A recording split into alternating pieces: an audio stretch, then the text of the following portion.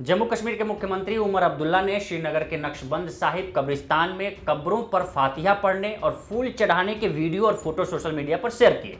इसमें उमर अब्दुल्ला ने कब्रिस्तान की बाउंड्री वॉल फांदकर अंदर जाते दिख रहे हैं। उन्होंने बताया कि प्रशासन की सख्ती के बाद भी 13 जुलाई को शहीद दिवस पर नक्शबंद साहिब कब्रिस्तान पहुंचे। यहां वो 94 साल पहले जम्मू कश्मीर के तत्कालीन महाराजा हरि सिंह के शासन के दौरान मारे गए 22 लोगों को श्रद्धांजलि दी। लेकिन सवाल है कि सिर्फ कब्र पर फातिहा पढ़ने के लिए पुलिस ने उमर अब्दुल्ला को क्यों रोका। 94 साल पहले ऐसा क्या हुआ था जिसमें 22 लोग मारे गए थे। दरअसल 1930 और 40 के दशक के दौरान जम्मू कश्मीर में मुस्लिम समुदाय ने तत्कालीन महाराजा हरि सिंह के खिलाफ आवाज उठाई थी, जिसमें 13 जुलाई 1931 को महाराजा की सेना से झड़प में 22 लोग मारे गए थे। इस घटना के बाद जम्मू कश्मीर में आंदोलन तेज हो गए थे। उमर अब्दुल्ला के दादा शेख अब्दुल्ला ने 1949 में 13 जुलाई को शहीदी दिवस घोषित किया था।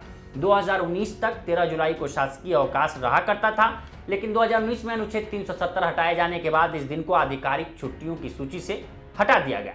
तब से शहीदी दिवस को लेकर विवाद जारी था।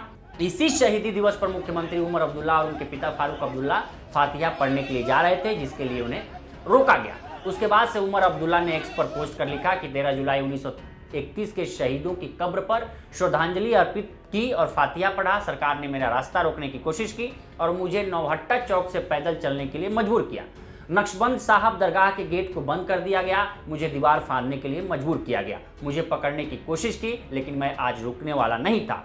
उन्होंने लिखा कि मेरे साथ हाथापाई की गई, मुझे रोकने को कोशिश की गई, लेकिन मैं रुका नहीं। मैं कोई गैर कानूनी काम नहीं कर रहा था। यकीनन इन कानून के रक्षकों को ये बताने की ज़रूरत है कि किस कानून के तहत वे हमें फातिहा पढ़ने से रोकने की कोशिश कर रहे थे, ये उमर अब्दुल्ला ने कहा है। दरअसल 1931 में अब कहानी पर चलते हैं। 1931 में जम्मू और कश्मीर एक रियासत थी जिस पर डोगरा राजवंश के महाराजा हरि सिंह का शासन था। उस समय कश्मीर की जनता, विशेष रूप से मुस्लिम समुदाय जो आबादी का बहुमत था, सामाजिक, आर्थिक और राजनीतिक भेदभाव का सामना कर रहा था।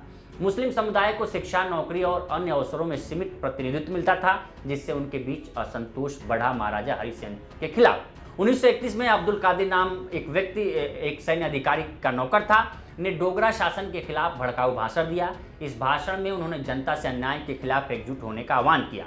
उनके इस भाषण को डोगरा शासन ने राजद्रोह माना और उन्हें गिरफ्तार कर लिया गया। अब्दुल कादिर का मुकदमा श्रीनगर सेंट्रल जेल में चल रहा था, जिसने जनता का ध्यान आकर्षित किया। 13 जुलाई को अब्दुल कादिर के समर्थन में बड़ी संख्या में कश्मीरी मुसलमान श्रीनगर सेंट्रल जेल के बाहर एकत्र हुए। प्रदर्शनकारी शांतिपूर्ण तरीके से अपनी मांगे रख रहे थे, लेकिन डोगरा शासन की सेना ने भीड़ पर गोलीबारी शुरू कर दी। इस गोलीबारी में 22 प्रदर्शनकारी मारे गए और कई अन्य घायल हुए थे। इस घटना को कश्मीर के इतिहास में एक नरसंहार के रूप में देखा जाता है, जिसे शेख अब्दुल्ला ने कश्मीर का जलियांवाला बाग करार दिया था। इस घटना ने कश्मीरी जनता में डोगरा शासन और ब्रिटिश उपनिवेशवाद के खिलाफ आंदोलन को और तेज कर दिया। शेख अब्दुल्ला, जो उस समय एक युवा नेता थे, ने इस घटना को कश्मीरी स्वतंत्रता आंदोलन का प्रतीक बनाया। उन्होंने इसे कश्मीर के लोगों के लिए जागृति का क्षण बताया और 13 जुलाई को हर साल शहीद दिवस के रूप में मनाने का ऐलान किया। ये दिन उन 22 लोगों को याद करने का अवसर है जिन्होंने डोगरा शासन के दमनकारी शासन के खिलाफ आवाज उठाते हुए अपनी जान गंवाई। यह कश्मीरी लोगों के बलिदान और उनके संघर्ष की भावना का प्रतीक है। शेख अब्दुल्ला जैसे नेताओं ने इस घटना को कश्मीर के स्वतंत्रता आंदोलन की नींव बनाया और यह आज भी कश्मीरी जनता के लिए एक महत्वपूर्ण दिन है। हालांकि इस दिन को लेकर विभिन्न समुदायों के बीच अलग अलग दृष्टिकोण भी हैं, जो कश्मीर के जटिल सामाजिक और राजनीतिक परिदृश्य को दर्शाते हैं। फिलहाल इस रिपोर्ट में इतना ही। बाकी देश दुनिया की तमाम खबरों के लिए बने रहे लोकमत हिंदी के साथ।